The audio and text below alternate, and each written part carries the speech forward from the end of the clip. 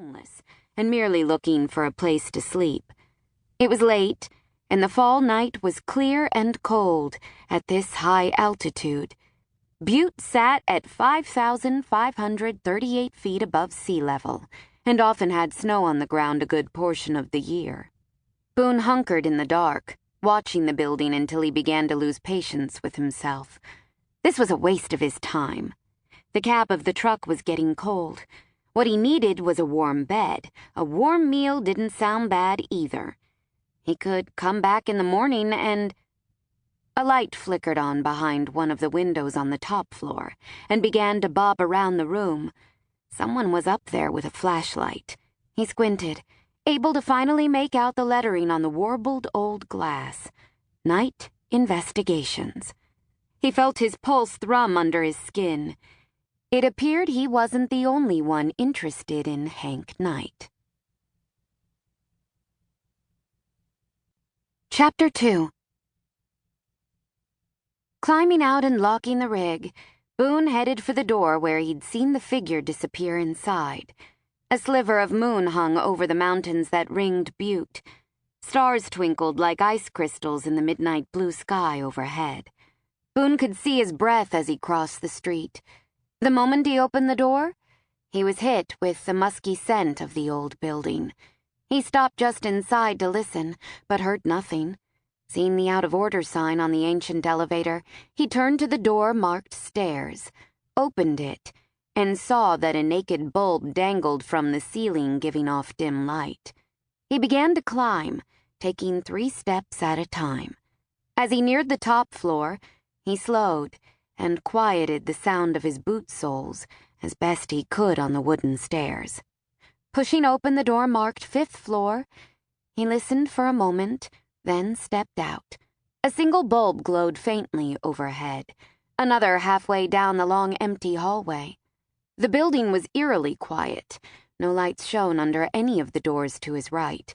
To his left, toward the front of the building, he saw that there were 4 doors. The last door, where he estimated Night Investigations should be, was ajar. A faint light glowed from within. As quietly as possible, he moved down the hall, telling himself maybe Hank had come back for something, or someone else was looking for something in the detective's office. He was almost to the doorway when he stopped to listen. Someone was in there banging around, opening and closing metal file cabinet drawers, definitely searching for something. Boone leaned around the edge of the door jamb to look into the office.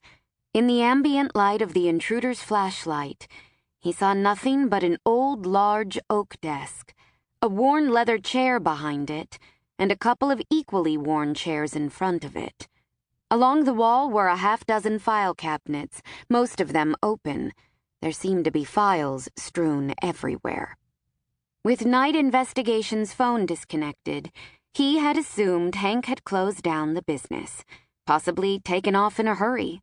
Now, seeing that the man had even left behind his office furniture as well as file cabinets full of cases, that seemed to be like a viable explanation.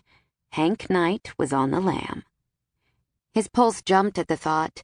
Was it possible he did know something about Jesse Rose and the kidnapping? Is that why he'd taken off like he apparently had?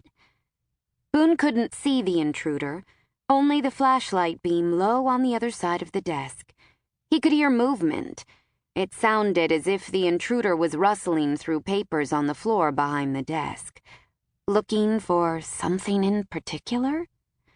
Or a homeless person just piling up papers to make a fire in the chilly office? Stepping closer, Boone slowly pushed the door open a little wider. The door creaked. The intruder didn't seem to hear it, but he froze for a moment anyway. For all he knew, the person going through the papers on the floor behind the desk could be armed and dangerous, if not crazy and drugged up. Pushing the door all the way open, he carefully stepped in. He took in the crowded office in the ambient light of the intruder's flashlight beam. The office had clearly been ransacked. Files were all over the floor and desk. He realized that this intruder hadn't had enough time to make this much of a mess. Someone had already been here. Which meant this new intruder...